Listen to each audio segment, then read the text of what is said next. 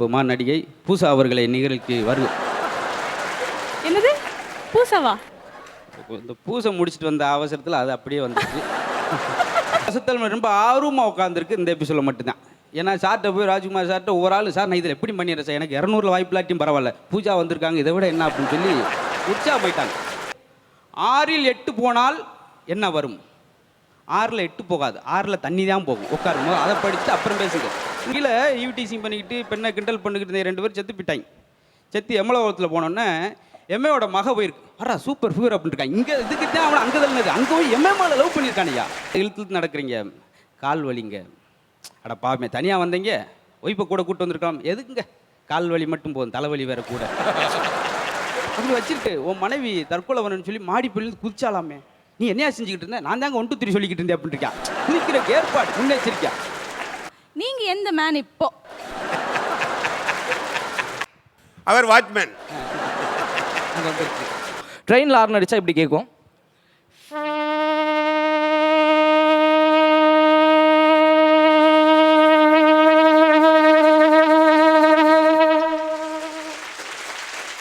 இது ஹார்பரில் அந்த கப்பலில் வர ஹார்ன் சவுண்டு.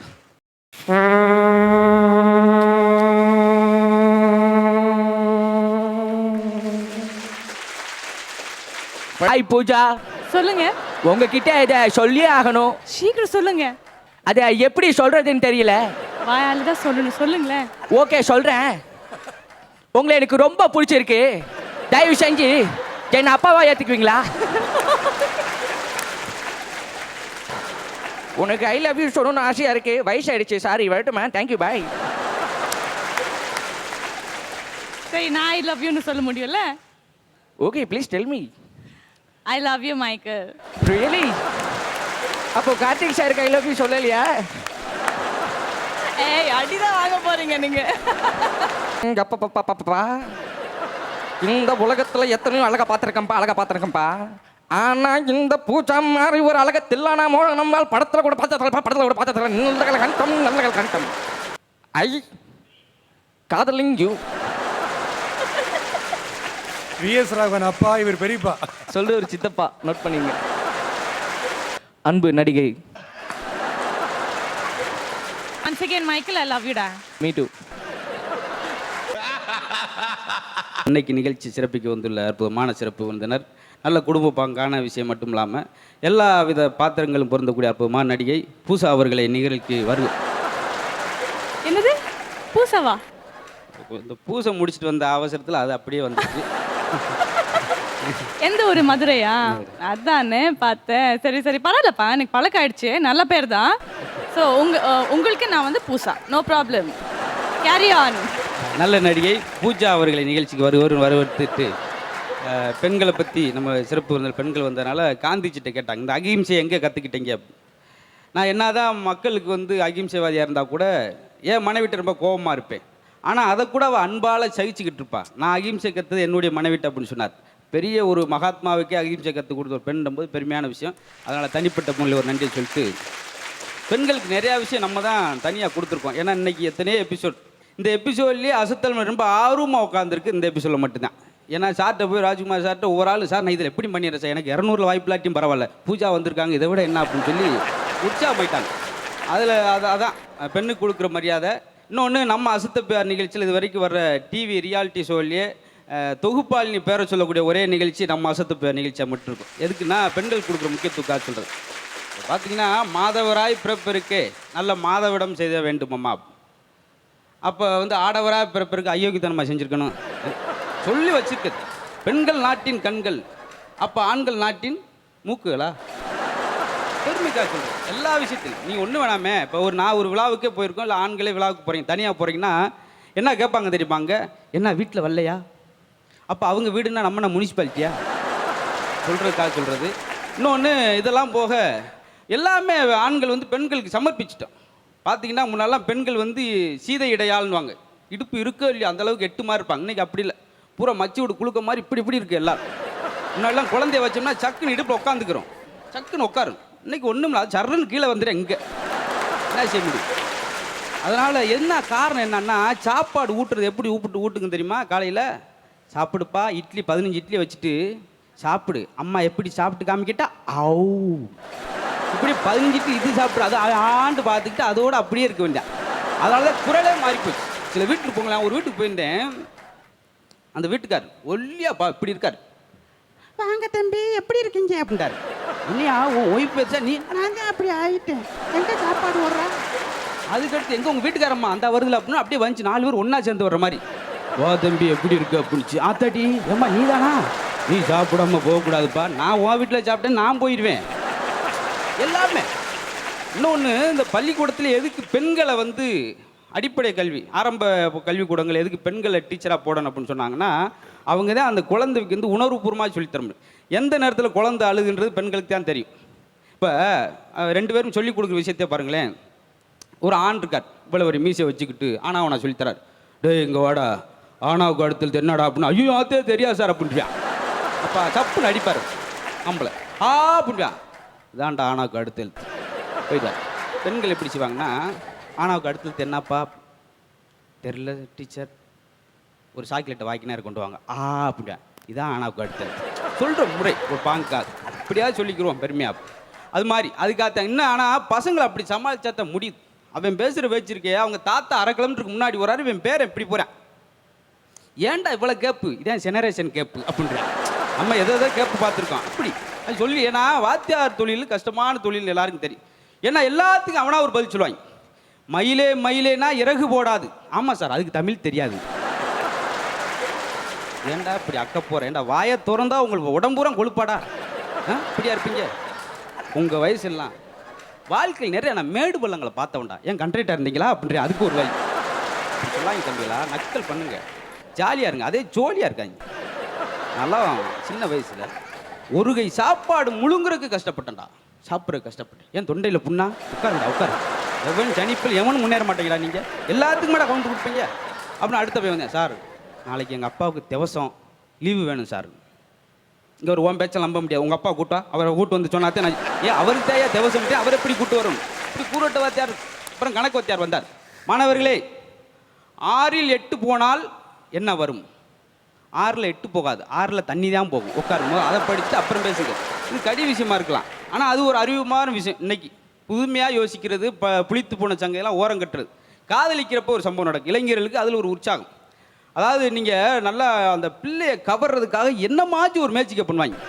படியில் நீங்கள் பஸ்ஸில் போயில பாருங்களேன், காலேஜ் பையங்கள உள்ளுக்கு 25 சீட்டு காலி இருக்கும், ஆனால் படியில் தான் நின்றுவாங்க. இன்னொன்று, 6 பாடம் வச்சுருப்பாங்க, ஒரு நோட்டு தான் கொண்டு போவேன். அது எதுக்கு தெரியுமா? அது சீட்டு போடுறது, படிக்கிறது கிடையாது. அப்படி ஒரு காரணம் என்னென்னா, ஒரு பொண்ணை பார்க்குறதுக்கு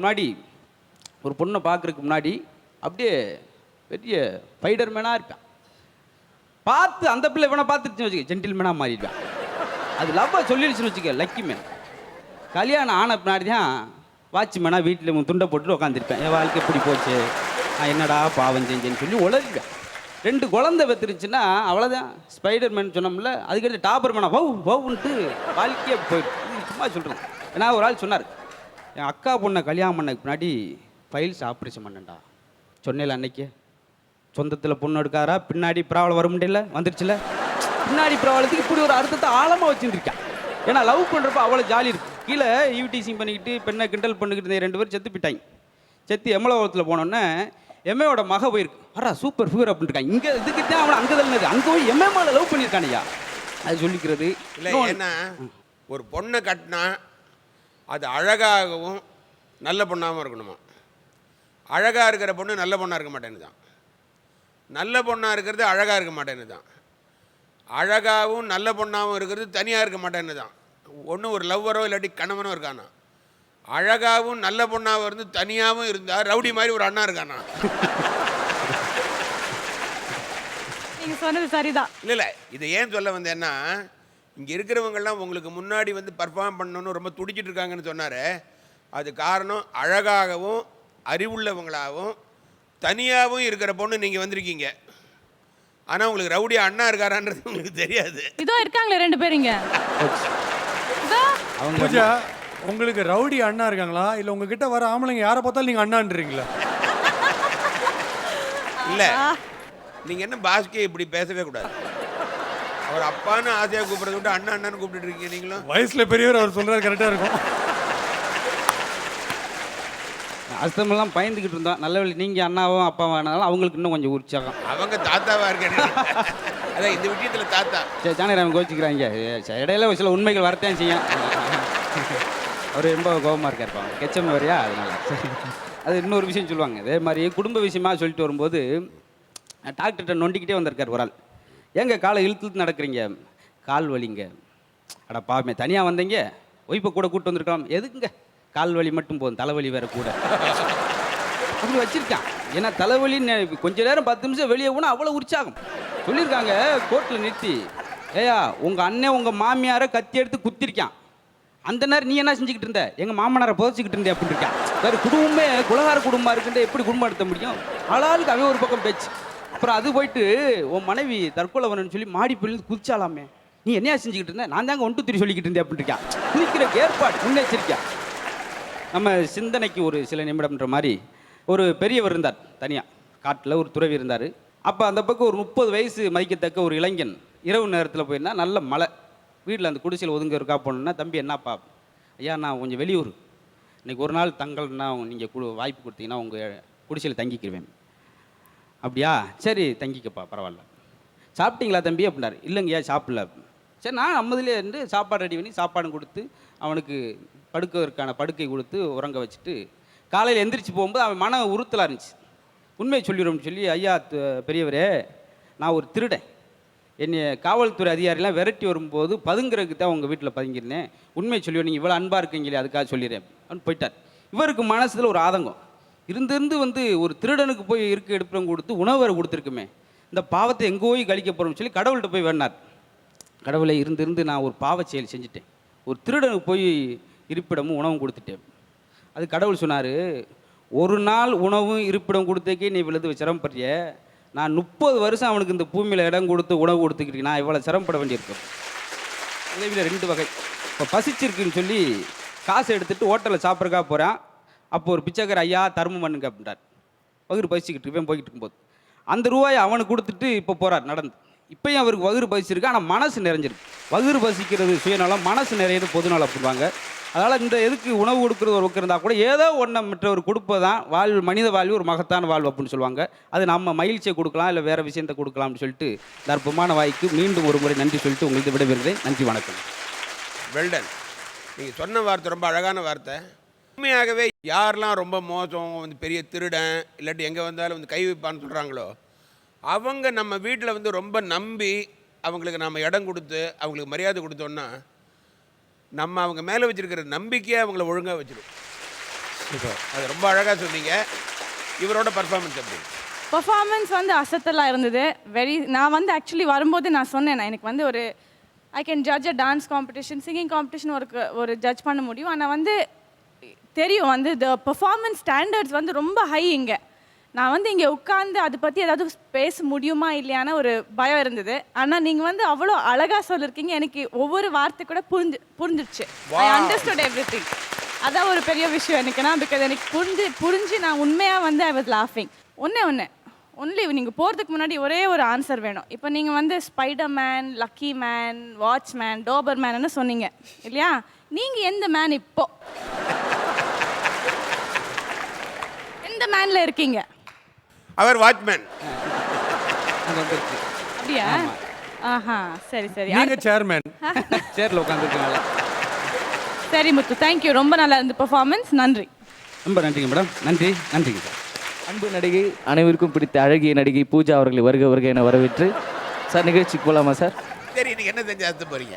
ஒரு சின்ன குழந்தை சார், அந்த குழந்தைகிட்ட ஒரு பொம்மை கொடுக்கும்போது பொம்மையை வச்சு விளையாடிட்டு இருக்கு. திடீர்னு அந்த குழந்தைக்கு திடீர்னு அந்த பொம்மையை பிடிங்கிட்டா திடீர்னு அழுவும். திருப்பி கொண்டு போமா அழ நிறுத்தும். திருப்பியும் அதை பிடிங்கிட்டு அழுவும், திருப்பி கொண்டு போமா சிரிக்கும், அழுத விளையாடும், ஜாலியாக விளையாடும். அதே மாதிரி அந்த குழந்தைக்கு பதிலாக அந்த இடத்துல வந்து ஒரு ஆம்புலன்ஸோட சைலன்சர் வந்து அந்த இடத்துல இருந்துச்சுன்னா, அந்த குழந்தைக்கு பதிலாக அந்த பொம்மையை கொண்டு போகும்போது அந்த சைலன்சர் அந்த குழந்தைக்கு பதிலாக எப்படி ரியாக்ட் பண்ணியிருக்கும், அந்த குழந்தையாக இருந்திருக்கும், அந்த குழந்தையாக வாழ்ந்துருந்தால் எப்படி இருக்கும், அந்த சவுண்ட் எஃபெக்டில் செஞ்சு காட்ட. பொம்மையை கொடுத்துட்டாங்க.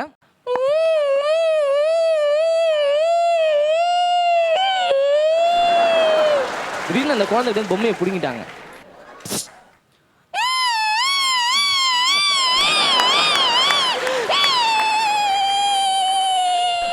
கிட்ட கொண்டு போறாங்க, அமைதியாகுது.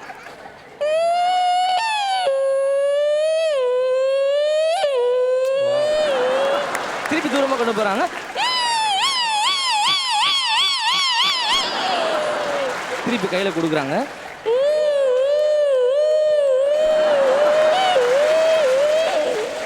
Thank you sir. இப்போ ஒரு ட்ரெயின் இருக்குது. அந்த ட்ரெயினோட சவுண்டுக்கும் ஹார்பரில் இருக்க அந்த கப்பலில் அடிக்கிற ஹார்னோட சவுண்டுக்கு என்ன சார் வித்தியாசம் இருக்கும்? ட்ரெயினில் ஹார்ன் அடித்தா இப்படி கேட்கும்.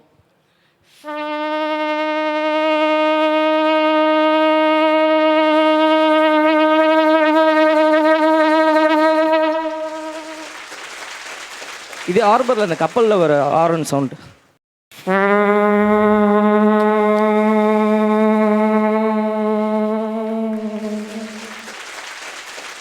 பழைய காலத்து பல்லவன் பஸ்ஸுக்கும் இந்த காலத்து பஸ்ஸுக்கும் எப்படி இருக்குன்னு பார்த்தீங்கன்னா, இந்த காலத்து பஸ் நல்லா டெக்னாலஜி இம்ப்ரூவ் ஆனதால் அந்த மோட்டார்ஸ்லாம் இப்படி தான் வேலை செய்யுது.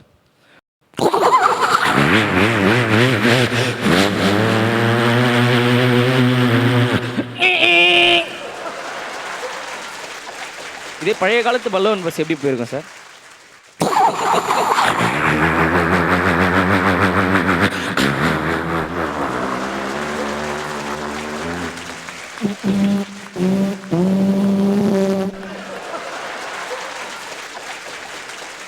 பூஜா ஆட்டோவில் ஹார்ன் அடிப்பாங்கல்ல, அது எப்படின்னு சொல்லுவார் பாருங்களேன். ஆட்டோ நார்மலாக ஆட்டோ ஸ்டார்ட் பண்ணி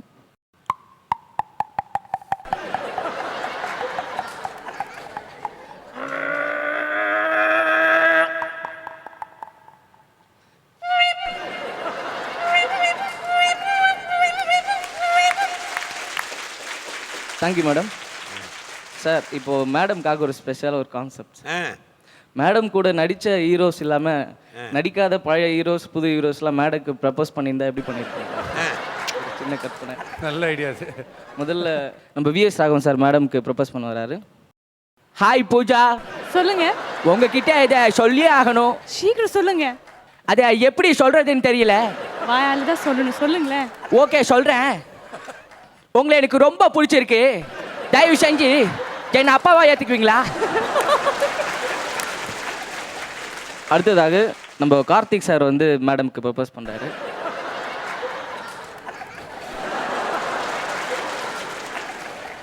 ஹலோ. ஏய் பூஜா, உன்னை ரொம்ப நாளாக பார்க்கணுன்னு ட்ரை பண்ணேன், பட் முடியல. சினிமாவில் தேட்டரில் தான் பார்த்தேன். ஒரே ஒரு நாள் நேரில் பார்க்கணுன்னு ஆசையாக இருந்துச்சு. பார்த்துட்டேன். போயிட்டு வரட்டுமா? தேங்க்யூ பாய். மறுபடியும் கூப்பிட்டீங்களா? இதை தான் எதிர்பார்த்தேன். எல்லாரும் அதை தான் எதிர்பார்த்தாங்க. என்ன சைலண்டாக போடுறாங்கன்னு. மற்றவங்க மாதிரி உங்களை நான் அப்பாவாக இருக்கணும், வீட்டுக்கு சாப்பிடுப்பாங்கன்னு கூப்பிடல. Really I like you. Because உனக்கு ஐ லவ் யூ சொல்லணும்னு ஆசையாக இருக்குது. வயசாயிடுச்சு. சாரி, வரட்டுமா? Thank you bye. சரி, நான் ஐ லவ் யூன்னு சொல்ல முடியும்ல? Okay, please tell me. I love you Michael. Really? அப்போ கார்த்திக் சாருக்கு ஐ லவ் யூ சொல்லலையா? ஏய், அடிதான் வாங்க போறீங்க நீங்க. Okay, me too I love you madam. TS பாலியா அவர்கள் மேடத்துக்கு ப்ரப்போஸ் பண்ணியிருந்தாருன்னா எப்படி இருக்குன்னு ஒரு சிறிய கற்பனை. ஆட்டேங்கப்பா, இந்த உலகத்தில் எத்தனையோ அழகா பார்த்துருக்கேன்ப்பா. ஆனால் இந்த பூச்சா மாதிரி ஒரு அழகத்தில்லானா நம்மளால் படத்தில் கூட பார்த்ததில்ல.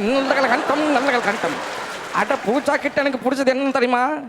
அவங்களோட முகத்தோட அழகு மட்டும் இல்லைப்பா, அகத்தோட அழகு. அதை விட தமிழ் அழகா பேசுகிற அழகு தான் ரொம்ப பிடிச்சிருக்கு. நல்ல கண்டம். வாழ்க்கை வளர்ப்புமா ஐயா, இது ப்ரப்போசலே ஆகலையே. நீங்க சொல்ல வேண்டிய விஷயம் நீங்க சொல்லலையே. நான் சொல்ல வந்த விஷயம் என்ன உள்ளுக்குள்ளதாமா இருக்கு. எதுக்கு சொன்னா தப்பா நினைச்சிருவோன்னு ஒரு பக்கம் கெடுக்கிறதுக்கு நிற்கப்பா. கட்டாயமா இல்ல. அட சொல்லட்டுமா? ஐ காதலிங் யூ. விஎஸ் ராகவன் அப்பா, இவர் பெரியப்பா. சொல்ற ஒரு சித்தப்பா. நோட் பண்ணிங்க. நன்றி. வெல்டன். இதில் ஆக்சுவலாக உங்கள் பர்ஃபார்மன்ஸ் ஆஸ் யூஷுவல் நல்லா இருக்கும். பட் நம்ம பூஜாவோட ஸ்போர்ட்டிவ்னஸ் இருக்குல்ல, இதில் கூட ஒன்னமாங்கஸ் அப்படி இருந்து பர்ஃபார்ம் பண்ணி சாதாரணமாக வரும்போது சில பேர் ஐசோலேட் ஆகிடுவாங்க. அதுவும் இங்கே நிறைய ஆண்கள் இருக்கும் பொழுது அப்படி இல்லாமல் ரொம்ப ஃப்ரெண்ட்லியாக, ரொம்ப ஃப்ரீயாக, நல்ல சென்ஸ் ஆஃப் ஹியூமரோட நீங்கள் தான் இன்றைக்கி அசத்தல் மன்னி ஆக்சுவலாக. ஆமாம் பூஜா, நீங்கள் யோசிக்கிறது இல்லை எங்கே நம்ம பேசணுமா இந்த இடத்துல, பேசக்கூடாதெல்லாம் யோசிக்காமல் நீங்கள் வீட்டில் ஃப்ரெண்ட்ஸோடலாம் ஜாலியாக எப்படி இருப்பீங்களோ அதே மாதிரி இருந்தீங்க. அது பெரிய ப்ளஸ் பாயிண்ட் அது. இல்லை சார், என்னன்னா எனக்கு வந்து உண்மையாக இந்த அட்மாஸ்ஃபியர் பார்க்கும்போது அப்படி தான் இருக்கு. I'm not nervous. எனக்கு வந்து நர்வஸ்க்கான ஒரு பதட்டம் ஒன்றுமே இல்லை. I'm enjoying it. உண்மையாக நான் இதுக்கு முன்னாடி சொன்னேன், from my heart I'm enjoying every performance. ரொம்ப நான் ஈவன் when I saw மைக்கிள்னா சமக்குன்னா நீங்கள் வந்து நல்ல அழகான ஷர்ட் எல்லாம் போட்டு வந்திருக்கீங்க. அப்படியே I was like full flat already. So உண்மையாக ரியலி நைஸ். அண்ட் உங்கள் பெர்ஃபார்மன்ஸ் கூட ஐ திங்க் அந்த அந்த இனிஷியலி நீங்கள் வந்து டிஃப்ரெண்ட் அந்த auto and all this things பண்ணீங்கல்ல, அது வந்து எவ்வளோ, because I think you have to have a lot of breathing strength. Illa your lungs have to be strong. And illana அப்படியே தலை சுத்தம் கண்டிப்பா இல்லையா? பட் நீங்க வந்து அவ்வளோ அழகா பண்ணீங்க. அந்த அந்த மிமிக்ரி கூட எனக்கு என்ன சொல்றது, அடிக்கடி வர போறேன்னு நினைக்கிறேன் உங்க நிகழ்ச்சிக்கு. இவர் பழக ஆரம்பிச்சப்பறம் பல பெண்களுக்கு தலை சுத்துது இப்போ. இல்லை இவருக்கே ராத்திரி 10 மணிக்கு மேலே தலை சுத்தும். Excellent, thank you. ஏன்னா சாதாரண வரவங்களோட பார்ட்டிசிபேஷன் எவ்வளோ இருக்கோ அவ்வளோக்கு அவ்வளோ ஷோ வந்து இன்னும் வந்து கிராண்டியராக இருக்கும். Actually once again hats off. Thank you sir. And again once again Michael, I love you டா. Me too. Wonderful, keep it up. Thank you sir. நன்றி நன்றி நன்றி. தவறாம நம்ம அசத்தல் டிவியை எல்லாரும் சப்ஸ்கிரைப் பண்ணுங்க.